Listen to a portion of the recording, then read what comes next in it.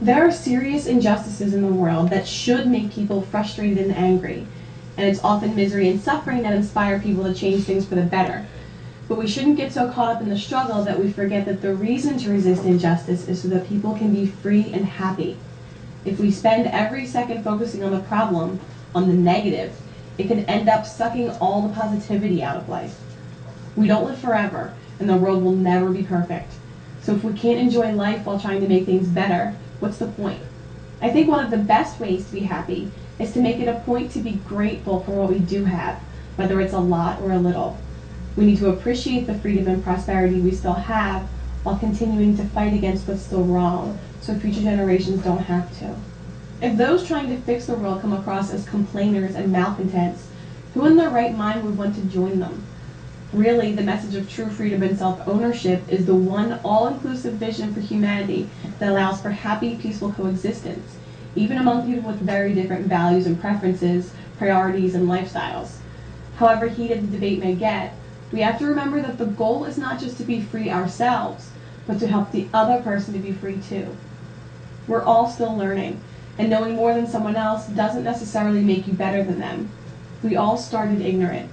Whatever you know now, you didn't always know, and you don't know now what you will know later. Each of us, as our understanding grows, need to learn from others and teach others, so we all benefit from each other's experiences and awakenings. It's clear there's a massive global shift in consciousness going on, and even calling it a movement makes it sound as if there's some exclusive club of people in the know. This is really the awakening of humanity we're talking about. We're all in this together, on the same team, and that team is humanity. And real victory requires us getting out of the us versus them mentality. There are many individuals who have made great contributions to the cause of liberty, but the way to make real change happen is not by finding the right person to follow. Lead yourself. A movement that depends on some leader can be stopped just by tearing down that one person. But an idea that is understood by millions, nothing can stop that.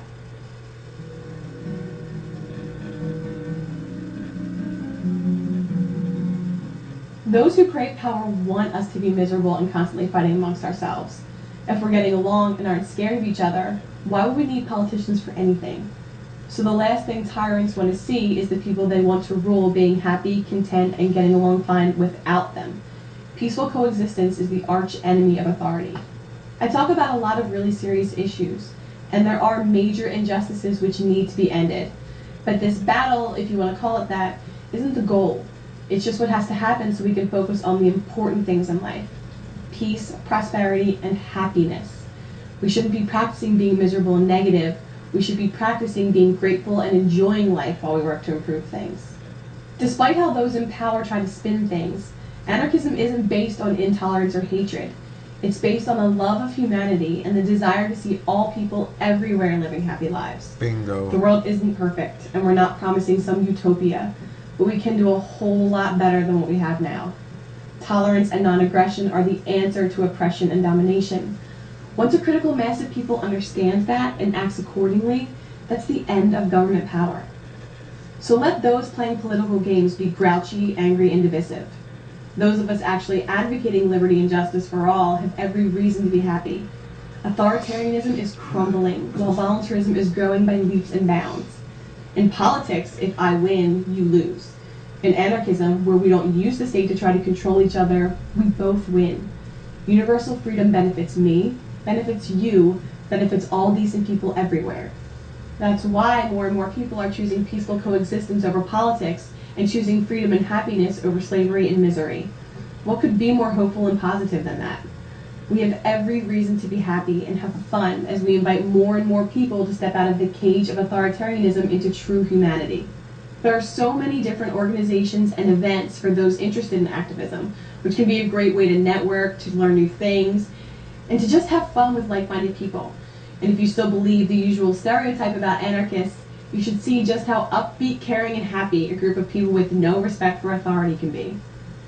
However you get involved, and whoever you talk to, even if it feels like an uphill battle, always remember that the message of freedom is a truly positive message, one that empowers and liberates people and brings them together.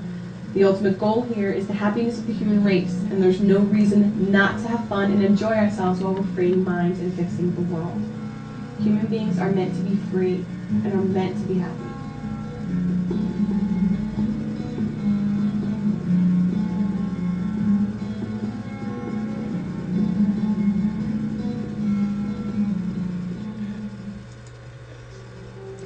I agree with everything she just said, with the exception of this. You can't ignore the monsters, okay? She said we're all one huge family here on Earth, humanity. I have no problem with that.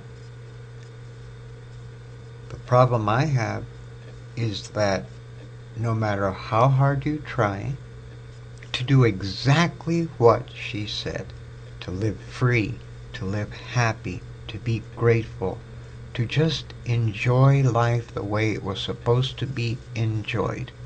But when the enemy comes knocking at your door with guns pointed at your children, for whatever reason, especially nowadays, I'm sorry, Josie, but, I love your work and all that stuff, but there comes a time, and that time is close. We just got a taste last weekend concerning this Bundy thing, that we're going to have to defend ourselves physically. No amount of love, no amount of sit-ins, no amount of wearing flowers in your hair is going to change the minds of people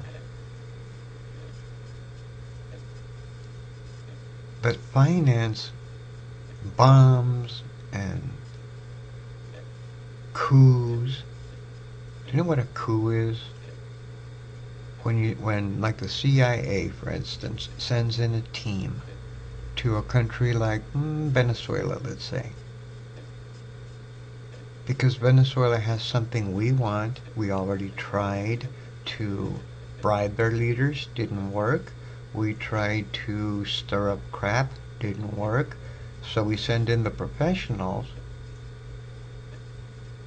and all of a sudden there's war in Venezuela. Neighbor against neighbor. Why? It's those type of people, Josie, that I'm talking about. I love your work. I love your message. I'm sure you're a wonderful person. But there is moments in life where you're going to have to defend yourself in a physical sense. How are you going to do that? No one is taking anything from me without either my permission or, well, let's say I didn't pay for my car and they came and repoed it. Well, that's my fault. I didn't pay for my car. But let's say they came for my car and my truck and both are fully paid off and they used whatever reason. Nope, not gonna happen.